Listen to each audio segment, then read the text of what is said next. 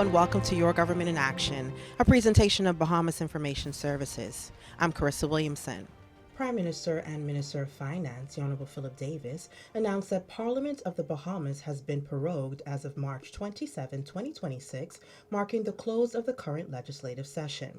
During a national address delivered at the office of the Prime Minister Davis also urged eligible Bahamians to register to vote. Earlier this week, I met Her Excellency, the Governor General, and advised that, in accordance with Article 66(1) of our Constitution, Parliament be prorogued as of today, Friday, the 27th of March, 2026. That proclamation has now been issued and should now be in the possession of the Commissioner of Police. Proroguing Parliament means the legislative session has come to an end.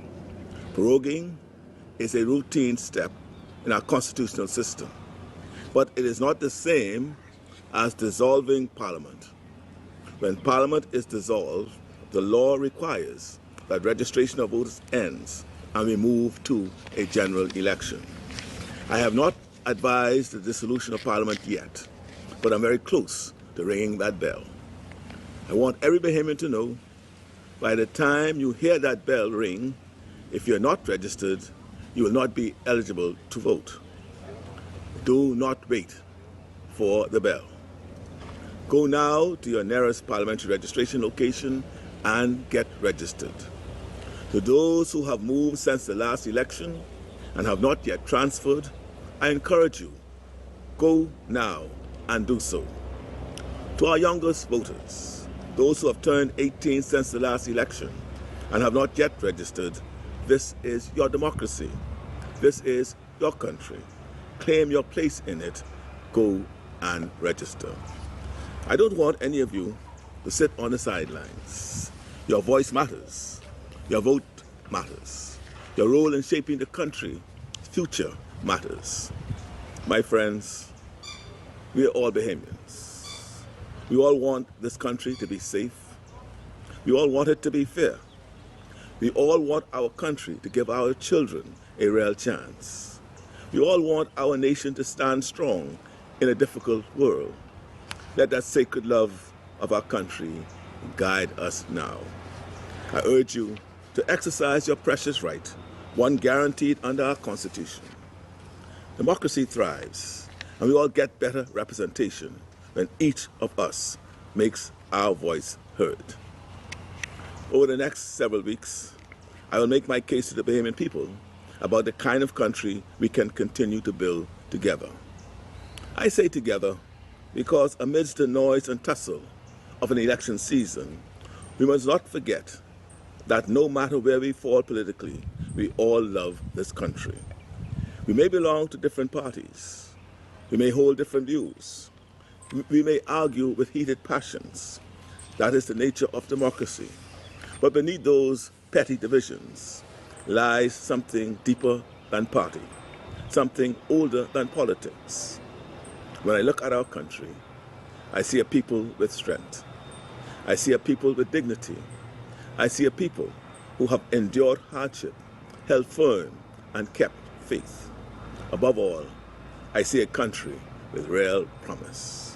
If we move through this moment with faith and love of country, with all my heart, I believe that our best days still lie ahead of us.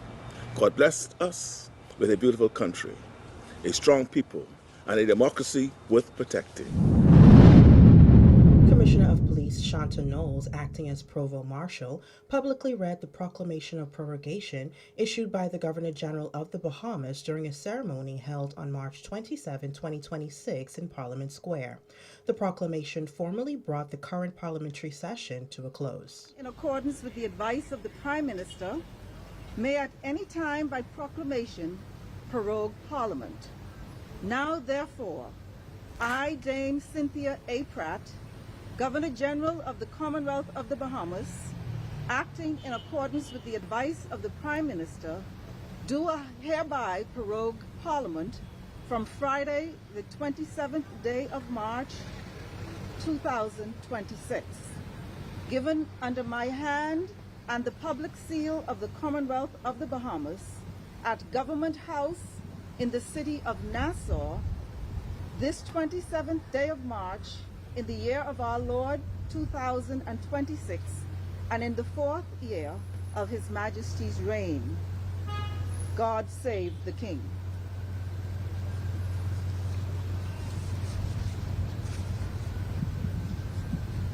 In the Commonwealth of the Bahamas, by Her Excellency the Most Honorable Dame Cynthia A. Pratt, Order of the Nation, Dame Grand Cross of the Most Distinguished Order of St. Michael and St. George, Governor General of the Commonwealth of the Bahamas. Proclamation. Whereas the Parliament of the Commonwealth of the Bahamas stands prorogued from Friday the 27th day of March 2026, and whereas Article 65 of the Constitution provides that each session of Parliament shall be held at such place and commence at such time as the Governor General may by proclamation appoint. Now therefore, I, Dame Cynthia A. Pratt, Governor General of the Commonwealth of the Bahamas, acting in accordance with the advice of the Prime Minister, do hereby proclaim that the next session of Parliament shall be held in the city of Nassau in the island of New Providence on Wednesday, the 8th day of April, 2026, and shall commence at the 10 a.m. o'clock in the forenoon. Given under my hand and the public seal of the Commonwealth of the Bahamas at Government House in the city of Nassau on this 27th day of March in the year of our Lord 2026, and in the 4th year of His Majesty's reign. God save the King. Commissioner of Police and Provost Marshal Shanton Knowles read the proclamation issued by Governor General Her Excellency the Most Honorable Cynthia Pratt, officially dissolving the Parliament of the Bahamas during a ceremony held on April 8, 2026 in Parliament Square. The proclamation also announced that Parliament will reconvene on May 20th, 2026. In the Commonwealth of the Bahamas, by Her Excellency the Most Honorable Dame Cynthia A. Pratt, Order of the Nation, Dame Grand Cross of the Most Distinguished Order of St. Michael and St. George, Governor General of the Commonwealth of the Bahamas. Proclamation. Whereas the Parliament of the Commonwealth of the Bahamas stands dissolved from Wednesday, the 8th day of April, 2026, and whereas Article 65 of the Constitution provides that each session of Parliament shall be held at such place and commence at such time as the Governor General may by proclamation appoint. Now therefore, I, Dame Cynthia A. Pratt, Governor General of the Commonwealth of the Bahamas, acting in accordance with the advice of the Prime Minister, do hereby proclaim that the next session of Parliament shall be held in the city of Nassau in the island of New Providence on Wednesday, the 20th day of May, 2026, and shall commence at 10 o'clock in the forenoon. Given under my hand and the public seal of the Commonwealth of the Bahamas at Government House in the city of Nassau, this 8th day of April, in the year of our Lord 2026, and in the 4th year of His Majesty's reign. God save the King. The Ministry of Energy and Transport hosted an official ceremony renaming the Shirley Street Post Office in honor of John V. Saunders, recognizing his decades of service and contributions to the development of the postal sector locally and internationally. The ceremony was held on April 7th, 2026. We stand today at a crossroad of history and gratitude.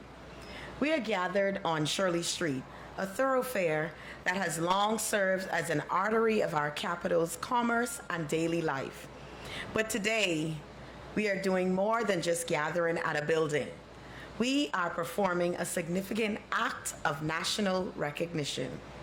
We are here to ensure that the walls of this institution speak of a man who led the Post Office Department with dedication and commitment. We are here to ensure that when a young Bahamian walks past this building, they do not see a nameless government office, but a monument to excellence. Today, the Shirley Street Post Office becomes the John V. Saunders Post Office. To understand why this renaming matters, we must first understand the soul of the institution itself. In our modern world of instant messages, fiber optic cables, and satellite links, it is easy to forget that for the better part of our history, the post office was the only bridge across the waters. In an archipelago of 700 islands and keys, the post office was and remains the heartbeat of our sovereignty. The post office was the thread that stitched our islands into a nation. It was the guarantor of our connection. It is an institution built on trust. That trust is the foundation of a civil society. The post office represents the reliability of the Bahamian state and the reach of our democracy. It is an office of the people, for the people, and by the people. And if the post office is built on trust, then it must be led by men and women of impeachable character. Mr. John V. Saunders is such a man. As Postmaster General, Mr. Saunders did not merely hold an office. He inhabited a calling. He belonged to a generation of public servants who believed that good enough was never enough for the Bahamas. He understood that the efficiency of the post office was the efficiency of the nation. Under his stewardship, the post office saw major transformation. He knew every corner of this department. He didn't seek the limelight, he sought the light of progress. He was a pioneer who helped modernize our postal systems.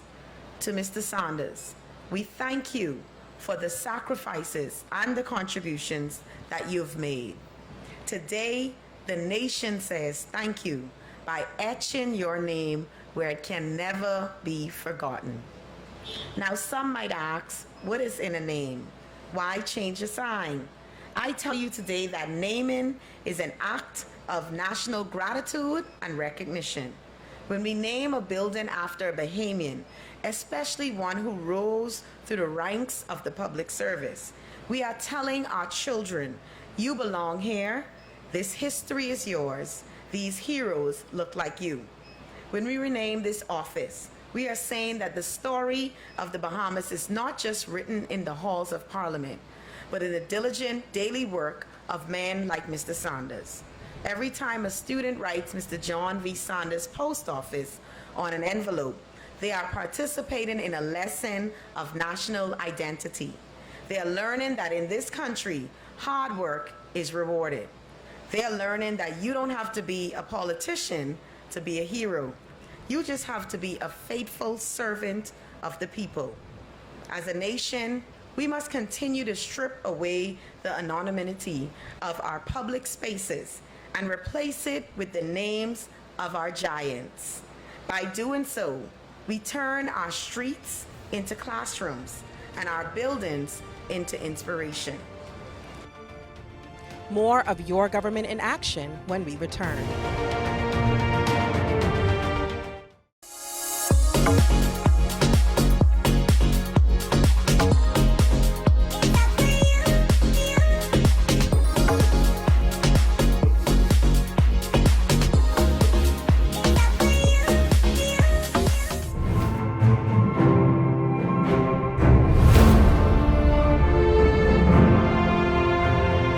Welcome back. The government of the Bahamas marked the start of construction for a new judicial complex that will house the Supreme Court and the Court of Appeal.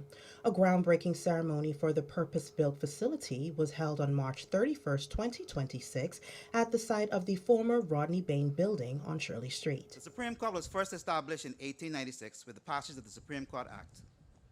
Prior to the establishment of the court, there were a collection of courts which administered justice in the colony of the Bahama Islands. Those courts had been received in the colony, as with all other English laws, by the Declaratory Act of 1799. The courts included the General Court, the Court for Divorce and Matrimonial Causes, the Court of Bankruptcy, and the Court of Common Pleas. The Supreme Court Act 1896 was patterned on the English Supreme Court Act, Judicature Act 1873, with a similar purpose, namely the union of existing courts into one Supreme Court. The foundations of the court system were fortified when the Bahamas was given a written constitution in 1964. The judiciary was entrenched into Bahamas' constitutional framework, moving from a purely legislative existence to a constitutionally sanctioned one. The Court of Appeal is the highest domestic court situated in the Bahamas and also has its origin in this 1964 Constitution. The Court of Appeal was initially set up as an itinerant court with 3 judges, sourced from outside the jurisdiction, who met no more than 4 times per year. The Court of Appeal heard appeals from the Supreme Court and several tribunals, such as those established under the Industrial Relations Act. The most iconic structure recognized within the judiciary in the Bahamas has been the Law Courts Building, now colloquially referred to as the main Supreme Court building. The Neo-Georgian style building, which is currently home to 4 Supreme Courts in New Providence, is located on Bank Lane. Ground was broken for the building in 1921 by then Governor Sahari Cordo. The courthouse is similar in design to the Senate building, which is to its north. When originally constructed, the building housed the Supreme Court, the Magistrates Court, the Registry, the Jury Room, the Chambers of the Chief Justice, the Attorney General, and the Law Library. There was only one Supreme Court judge in 1921, when the main Supreme Court building was constructed. That was the Chief Justice. Today, the law provides for a complement of 25 judges in addition to the Chief Justice. This is a number which cannot be attained today due to space constraints. The President and members of the Court continue to lament that the space is not truly fit for purpose as the operations of the Court have grown and developed. Over the years since the construction of the main Supreme Court building in 1921, the judiciary has occupied, and in some cases continue to occupy, disparate spaces across the city of Nassau. These spaces include, or have included, Trinity Methodist Church Hall, Charlotte House, and Clotton House, all on Charlotte Street, the Senate Building, the British American Building on George Street, the former Jane Junction Building on Bay Street, Safri Square, the Hansard Building, the building formerly known as Bitco or Ansbacher, the upper floor of the Central Police Station, and even the Rodney Bain Building. The steps being taken today represent a significant movement towards the construction of the first purpose-built court facility in the modern Bahamas to accommodate the higher judiciary.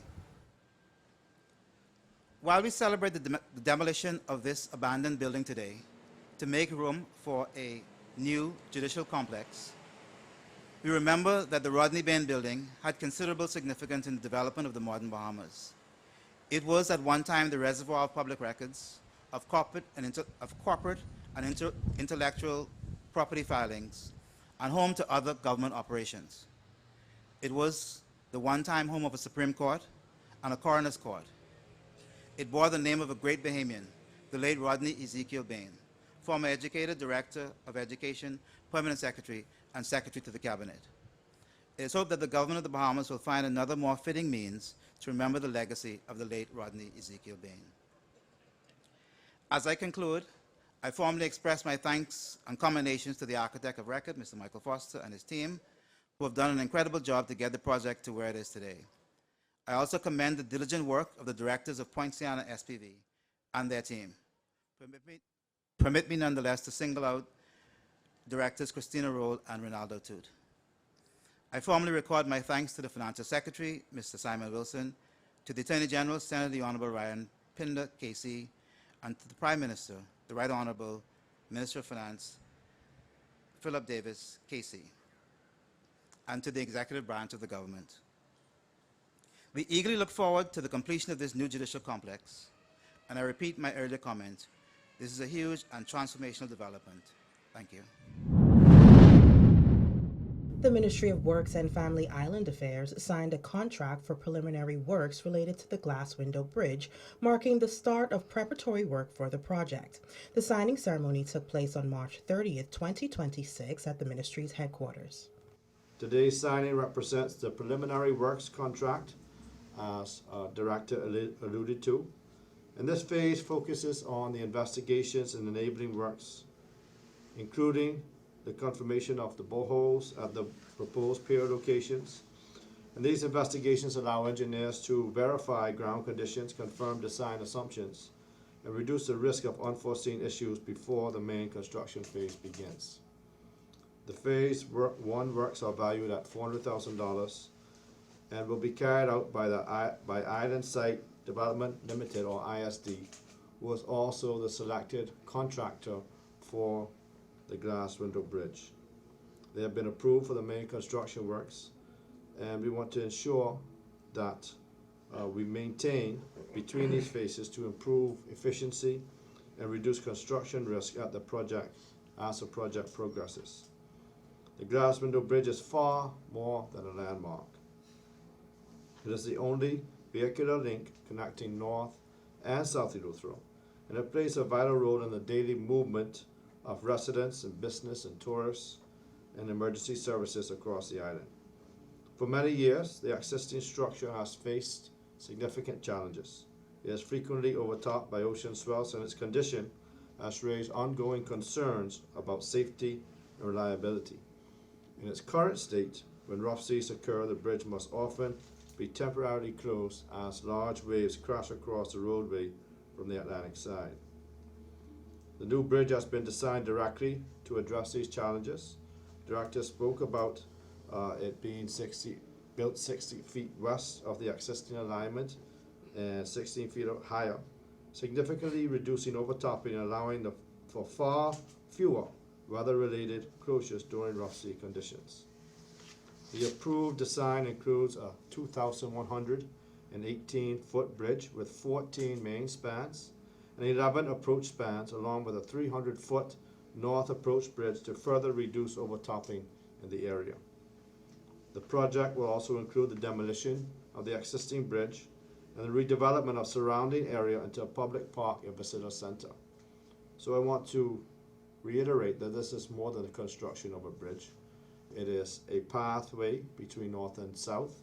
It is also an area where artisans and cultural Bahamians can create an environment where persons around the world can come for an experience that is like no other in the world. The reality makes it clear that a long-term solution is necessary. We are building the right bridge for the conditions at that location, one that will be safer, stronger, and far less vulnerable to the ocean conditions that affect the current structure. It is fitting that we are making this investment at one of the most breathtaking places in our islands, a place where the Atlantic meets the Caribbean. And this project ensures that this remarkable location remains not only a national landmark, but also a safe and resilient gateway connecting the communities of Eleuthero. Today, we are not simply rebuilding a bridge. We are securing a lifeline for Eleuthero and strengthening a connection that generations of Bahamians depend on every single day. Thank you, and God bless, and come about for the Bahamas.